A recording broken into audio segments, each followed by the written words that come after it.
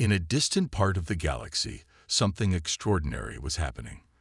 A massive fleet of alien ships emerged from hyperspace, their arrival announced by a flash of light so bright it could be seen from Earth's orbit. These were no ordinary visitors. They belonged to the Zorathian Galactic Empire, a civilization that had conquered countless worlds and ruled with an iron grip. Their ships were enormous, sleek, and bristling with weapons that could destroy entire planets. Leading this fleet was Commander Kelvorn, a towering figure with shimmering blue skin and glowing eyes that seemed to pierce through the void of space. The Zorathians had come with one purpose: to claim Earth as their own. To them, humanity was nothing more than a primitive species, unworthy of ruling its own planet.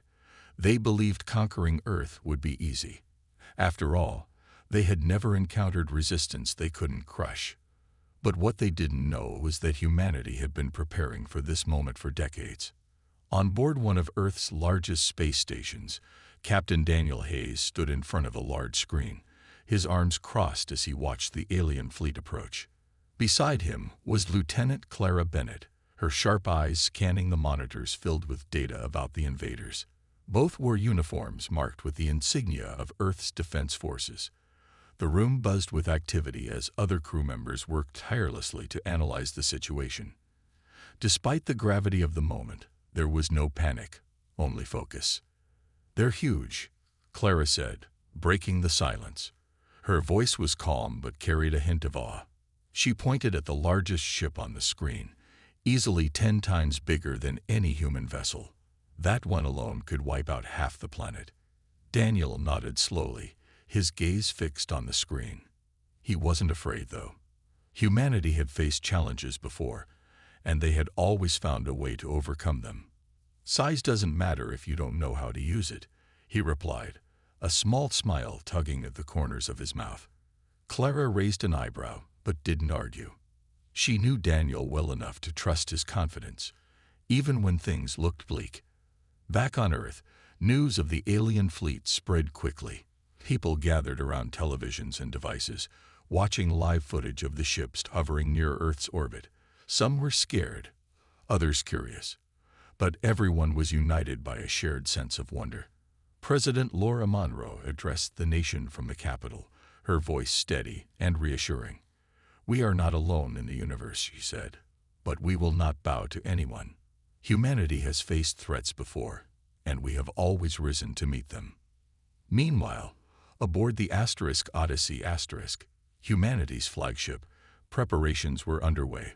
The ship was equipped with some of the most advanced technology ever created, much of it developed in secret over the past few decades. Weapon systems powered by energy sources unknown to the rest of the galaxy. Shields capable of deflecting even the strongest attacks. And experimental engines that could travel faster than anything the Zorathians had ever seen.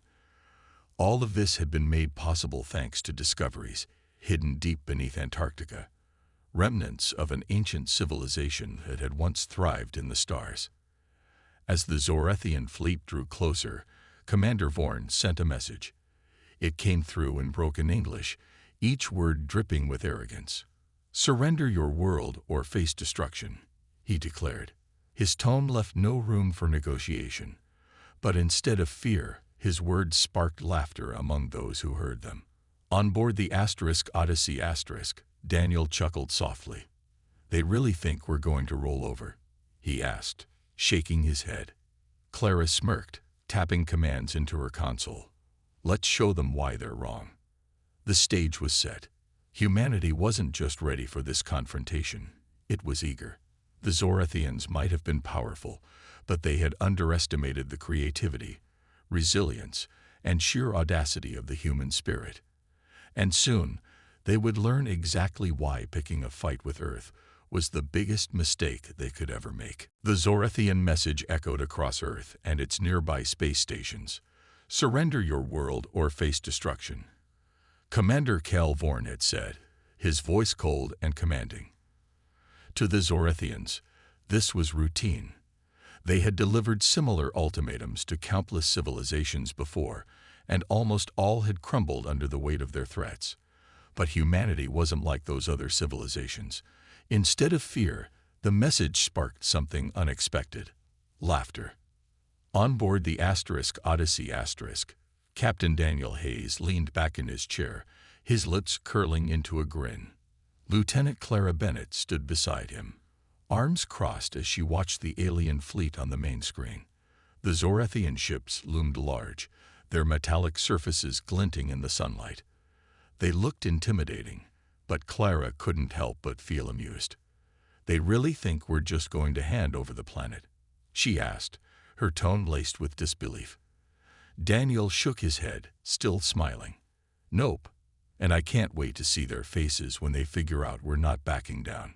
Back on Earth, President Laura Monroe convened an emergency meeting with military leaders and scientists.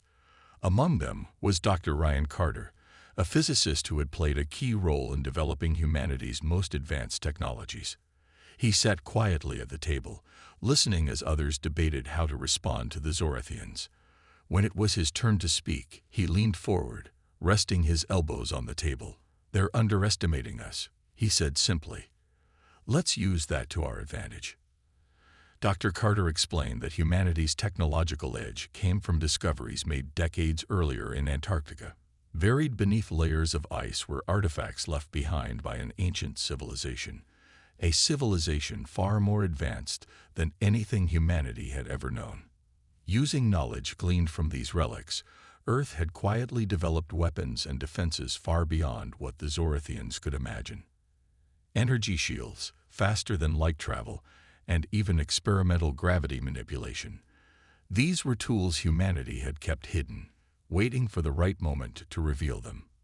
That moment had arrived. President Monroe nodded thoughtfully.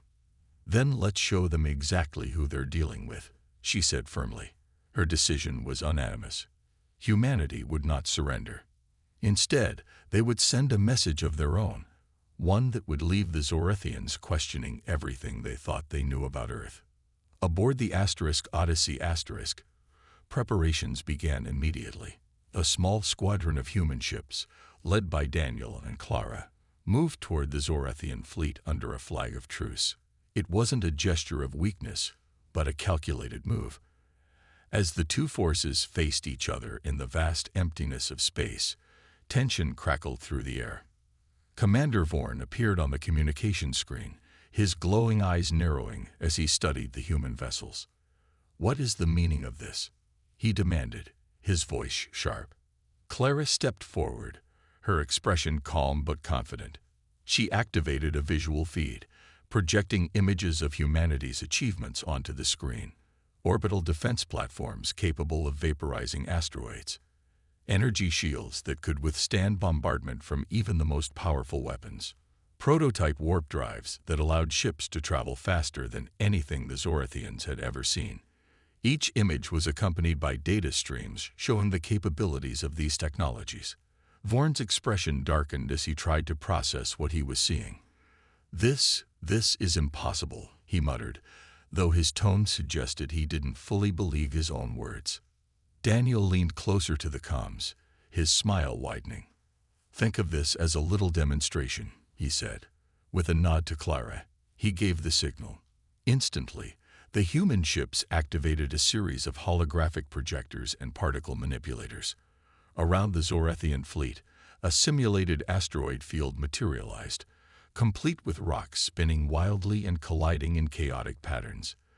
The effect was flawless, an illusion so convincing that the Zorathians scrambled to avoid the debris. Commander Vorn barked orders, his voice rising in panic as his crew struggled to regain control. Meanwhile, aboard the Odyssey, Daniel and Clara exchanged amused glances. Humanity wasn't afraid of the Zorathians. If anything, they found the situation almost comical. The invaders had come expecting an easy victory, only to find themselves outmatched in every way. For the first time in their long history, the Zorathians were the ones feeling powerless, and it showed. As the simulation faded away, leaving the Zorathian fleet unharmed but shaken, Clara turned to Daniel. "That should give them something to think about," she said, her voice light. Daniel chuckled softly. Yeah, let's see if they've got any tricks up their sleeves now. The Zorathian fleet was silent for a moment, their massive ships floating motionless in space. Commander Cal Vorn stared at the human squadron through the communication screen, his glowing eyes narrowing with frustration. The simulated asteroid field had been convincing enough to throw his crew into chaos, and now he was struggling to regain control. His pride was wounded, and it showed in the tightness of his jaw and the sharpness of his tone. "This is some kind of trick," he growled, glaring at Captain Daniel Hayes. "You cannot fool us so easily." Daniel didn't flinch. He leaned casually against the console, his arms crossed as he met Vorn's gaze with an unwavering calm. "It's not a trick," he replied, his voice steady. "It's just a demonstration. We wanted to show you what we're capable of before things got messy." Beside him, Lieutenant Clara Bennett stood quietly, her hands clasped behind her back. Her expression was neutral, but there was a flicker of amusement in her eyes. She knew exactly how this confrontation would end. Vorn's frustration boiled over. "Enough of your games," he snapped. "You are nothing compared to the might of the Zorathian Empire. Surrender now, or we will destroy you." His words were meant to intimidate, but they only made Daniel smile wider. The human captain glanced at Clara, who gave him a subtle nod. It was time to push their advantage even further. "Destroy us?" Daniel repeated, his tone laced with mockery. "You haven't even scratched the surface of what we can do." With that, he gestured to Clara, who tapped a sequence of commands into her console. Instantly, the *Odyssey* and the other human ships activated their energy shields. A shimmering blue barrier enveloped each vessel, glowing faintly against the darkness of space. To the Zorathians, it looked like magic, a protective dome that seemed impenetrable. Clara stepped forward, addressing Vorn directly. "These shields are powered by technology far beyond anything you've encountered," she explained, her voice clear and confident. "Your weapons won't work on us, not even your strongest ones." She paused, letting her words sink in. Then, almost as an afterthought, she added, "But don't take our word for it. Feel free to try." Commander Vorn hesitated, his confidence wavering. He glanced at his officers, who were whispering urgently among themselves. Clearly, they hadn't anticipated such a display of strength. Still, Vorn wasn't ready to admit defeat. He clenched his fists and issued a command to his fleet. "Fire at their lead ship," he barked. "Show them they cannot bluff their way out of this." The Zorathian ships opened fire, unleashing a barrage of energy blasts and plasma torpedoes. The projectiles streaked across space, colliding with the human ships, but nothing happened. The energy shields absorbed every shot, the impacts causing no damage whatsoever. On board the *Odyssey*, the crew watched calmly as the assault continued. Some even exchanged grins, knowing full well that their enemies were wasting their time. Daniel shook his head, almost pitying the Zorathians. "Still don't get it, do you?" he muttered under his breath. Turning back to the comms, he raised his voice slightly. "You see, Commander, we've spent decades preparing for moments like this. Your empire might be powerful, but you're fighting yesterday's war. Humanity doesn't play by the same rules anymore." Vorn's face twisted with anger and disbelief. "Impossible," he shouted, slamming his fist against the console. But deep down, he knew Daniel was right. The humans weren't bluffing. They were untouchable. For the first time in his long career, Vorn felt a pang of doubt creeping into his mind. Could the Zorathian Empire really conquer Earth, or had they made a terrible mistake by coming here? As the futile attack dragged on, the laughter began. It started with Daniel, a low chuckle that quickly spread to the rest of the human crew. Back on Earth, footage of the confrontation was being broadcast live to millions of people. When they saw the Zorathians' failed attempt to break through the shields, the entire planet erupted in cheers and laughter. Social media lit up with memes and jokes about the invaders, turning what could have been a terrifying moment into something almost comical. Clara leaned closer to Daniel, her lips curling into a smirk. "I think they're starting to get the message," she said softly. Daniel nodded, his smile widening. "Yeah, let's hope they remember this lesson. The Zorethians may have come to conquer, but humanity had turned their invasion into a spectacle." And as the laughter echoed across the stars, one thing was clear: Earth wasn't going down without a fight, or a good laugh. The laughter was contagious. It spread from the crew of the Odyssey *, the people watching live broadcasts on Earth, filling homes, streets, and public squares with a sense of unity and defiance. For years, humanity had wondered how it would react if an alien species ever came knocking. Now they had their answer, not with fear, but with courage, and a healthy dose of humor. The Zorethians' failed attack had turned what could have been a grim showdown into something almost surreal. Commander Kelvorn was livid. His face flushed a deeper shade of blue as he watched his fleet's weapons bounce harmlessly off the humans' energy shields. He barked orders at his officers, demanding explanations for why their technology seemed so ineffective, but no one had answers. To the Zorethians, this was impossible. Their empire had conquered countless worlds using these same weapons. How could a primitive species like humanity possess defenses that rendered them useless? On board the Odyssey *, Captain Daniel Hayes leaned back in his chair, arms crossed as he observed the chaos unfolding among the Zorethian ships. "They're panicking," he said, glancing at Lieutenant Clara Bennett. She nodded, her lips pressed into a thin smile. "Good," she replied. "Let them panic. They'll think twice before messing with us again." Clara turned her attention to the communication console and addressed Commander Vorn directly. Her tone was calm but firm. "You've seen what we can do," she said. "Your weapons are useless against us. Your tactics won't work here. So why don't you save yourself the trouble and leave? Go back to your empire and tell them Earth isn't interested in being conquered." Vorn's glowing eyes narrowed, his pride wounded by the suggestion. "You think this is over?" He spat, his voice trembling with rage. "This is just the beginning. You cannot stop the might of the Zorethian Empire." Daniel chuckled softly, shaking his head. "You keep saying that, but all I see is a bully who picked the wrong fight." He leaned closer to the comms, his expression serious now. "Here's the thing, Commander. We don't want war. But if you force our hand, we'll make sure you regret it. Trust me, you don't want to find out what happens next." Back on Earth, President Laura Monroe watched the confrontation unfold from her office.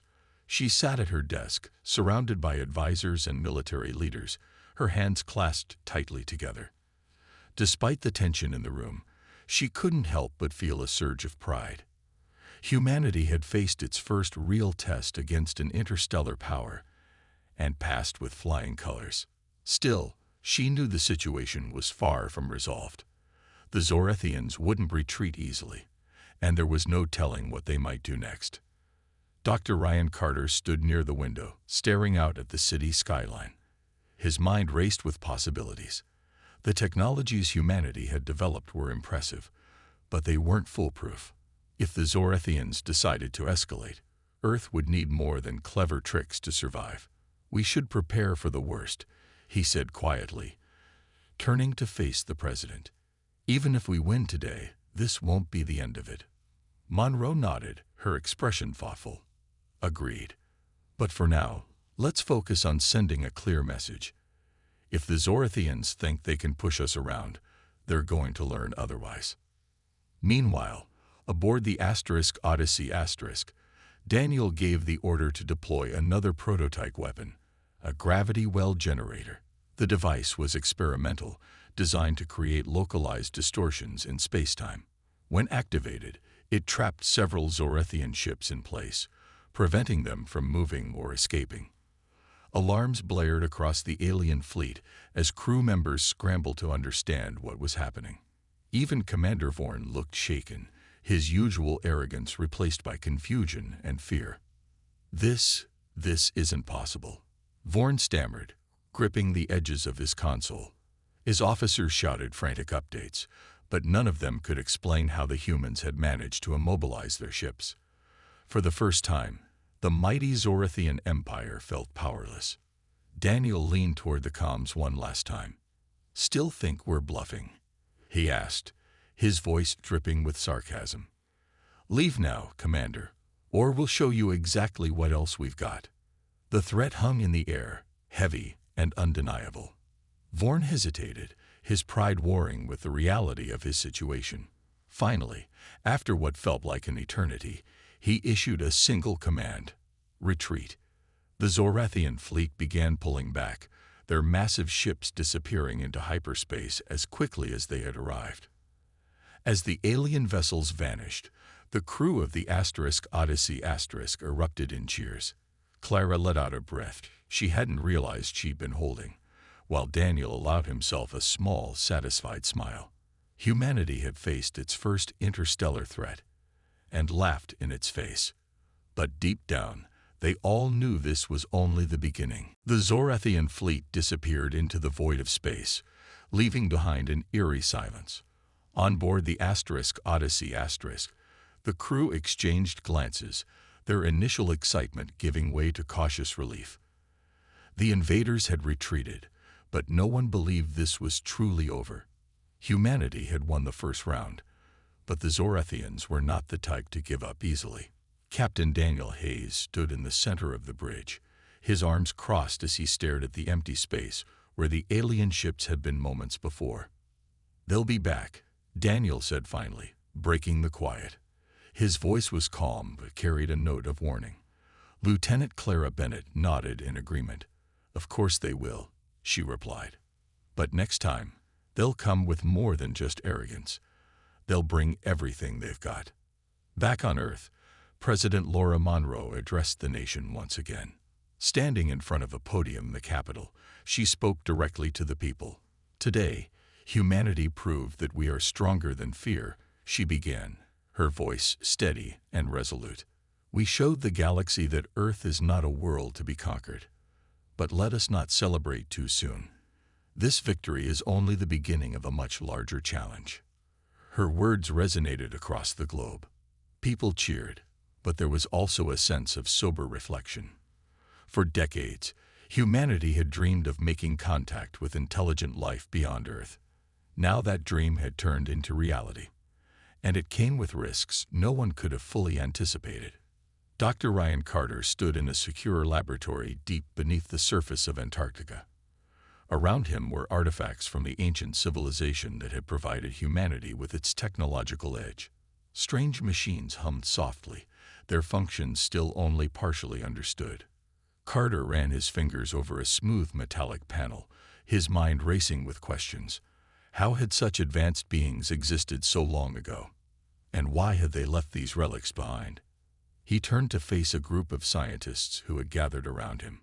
"This isn't just about defending Earth," he said, his tone serious.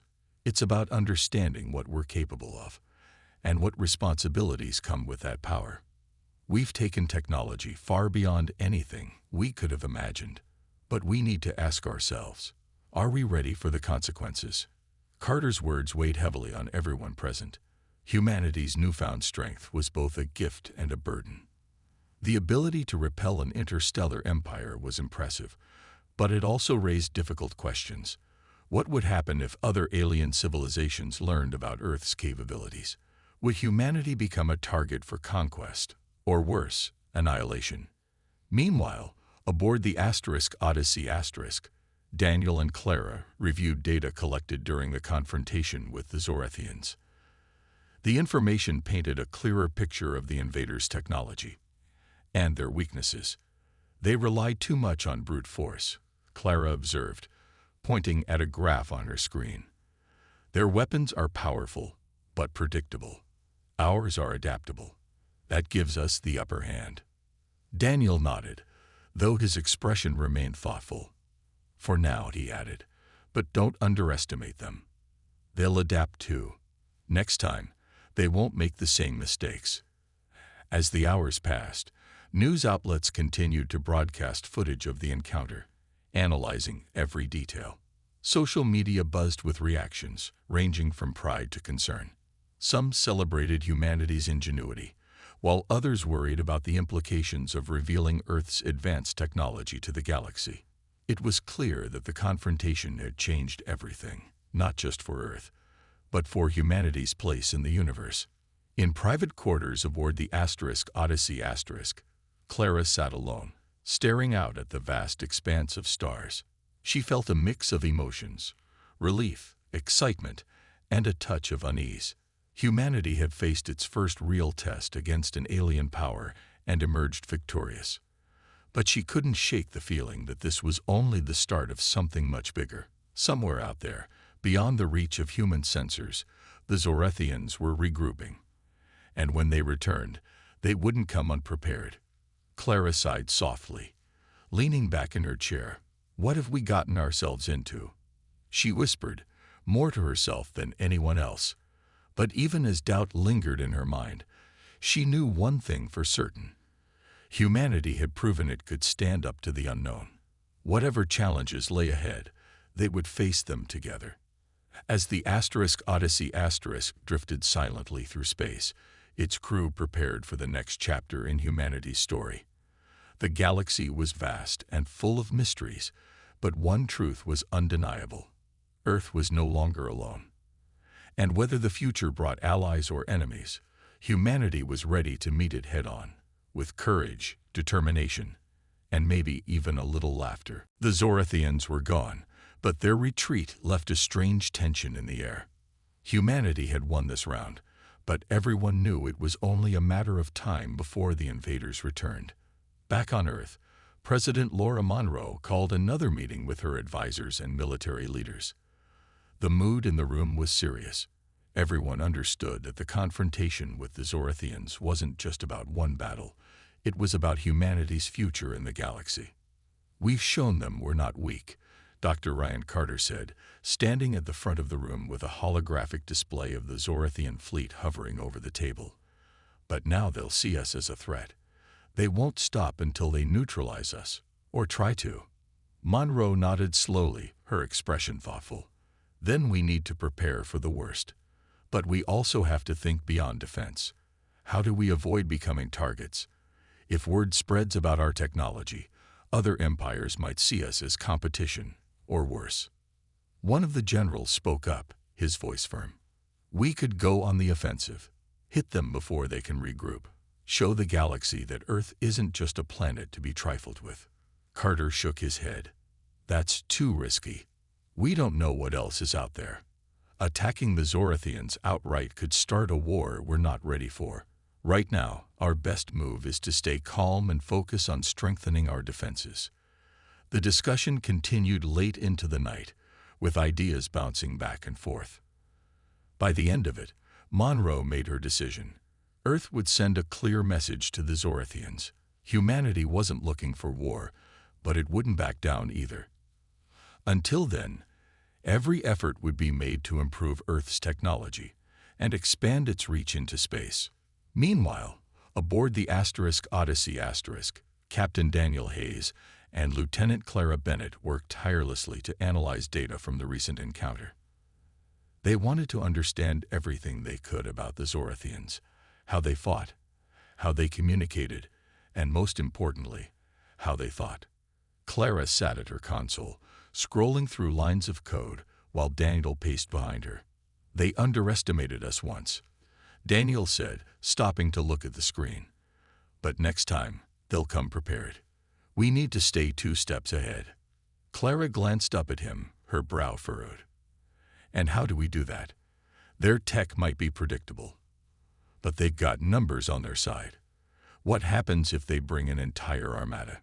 Daniel didn't answer right away. Instead, he walked over to the viewport and stared out at the stars. "We play to our strengths," he said finally. "Creativity, adaptability. That's what sets us apart. We use what we've learned from the artifacts in Antarctica and keep innovating. As long as we stay unpredictable, we'll have the edge." Hours later, Daniel received a transmission from Earth. It was President Monroe, her face appearing on the main screen. "Captain Hayes," she began, her tone formal but warm. I want you to deliver a message to Commander Vorn. Daniel raised an eyebrow. A message, Mom. Monroe nodded. Tell him that Earth isn't interested in conflict, but we won't tolerate threats. If the Zorathians leave us alone, we'll leave them alone. If they decide to return, they'll regret it. Daniel saluted. Understood, Madam President. Using coordinates logged during the previous encounter, the *Odyssey* set course for the edge of Zorathian territory. When they arrived, Daniel activated the comms and sent a recorded message directly to the Zorathian command center. The message included visuals of Earth's orbital defenses, energy shields, and experimental weapons. It ended with a simple statement: leave Sol system immediately and never return, or face consequences far worse than embarrassment. Commander Kel Vorn received the message aboard his flagship. His glowing eyes narrowed as he watched the footage, his fists clenched tightly. He had been humiliated, and now humanity dared to issue demands. For a moment, rage clouded his judgment. But then something unexpected happened. He hesitated. Vorn turned to his officers, his voice low but sharp. What do you think? Should we retaliate? One of them stepped forward, his tone cautious. Sir, their technology is advanced, more than we anticipated. If we attack again without proper preparation, we risk losing more ships and credibility. Vorn's jaw tightened. He hated admitting defeat, but he couldn't ignore the facts. The humans had proven themselves capable of defending their world. Attacking them again without a solid plan would be reckless. Reluctantly, he gave the order to stand down for now. As the *Odyssey* returned to Earth, Daniel allowed himself a small smile. Humanity had stood its ground and forced the Zorathians to back off. But deep down, he knew this was just the beginning. The galaxy was vast, and Earth had only scratched the surface of what lay beyond. Still, one thing was certain. Humanity was ready to face whatever came next, with courage, ingenuity, and maybe even a little laughter. Weeks passed after the Zorathians retreated, and Earth settled into a strange new normal. The initial excitement of humanity's victory began to fade, replaced by a quiet determination. People returned to their daily lives, but there was an unspoken awareness that the galaxy had changed forever. Humanity was no longer alone in the universe, and it couldn't afford to act like it. On board the *Odyssey*, Captain Daniel Hayes and Lieutenant Clara Bennett oversaw preparations for what came next. The ship buzzed with activity as engineers upgraded systems and tested new technologies. The gravity well generator, which had trapped the Zorathian ships during their retreat, was refined and improved. Weapon systems were recalibrated, and energy shields were made even stronger. Everyone aboard the *Odyssey* knew that the Zorathians might return, and when they did, humanity had to be ready. Back on Earth, President Laura Monroe announced bold plans for the future. In a televised address, she spoke about humanity's place in the stars. "We've taken our first steps into the galaxy," she said, her voice filled with conviction. "But we cannot stay confined to our solar system. It's time to explore, to learn, and to grow. We must become a part of the universe, not just observers, but participants." Her words inspired millions. Space agencies around the world launched ambitious projects, sending probes and unmanned ships to nearby star systems. Scientists worked tirelessly to map habitable planets and identify potential allies or threats. Meanwhile, construction began on new fleets of human ships, each equipped with the latest advancements in technology. Earth was preparing not just to defend itself, but to expand. Dr. Ryan Carter remained at the forefront of these efforts. Deep beneath Antarctica, he continued studying the ancient artifacts that had given humanity its edge. The relics held secrets far beyond what anyone had imagined, and Carter was determined to unlock them.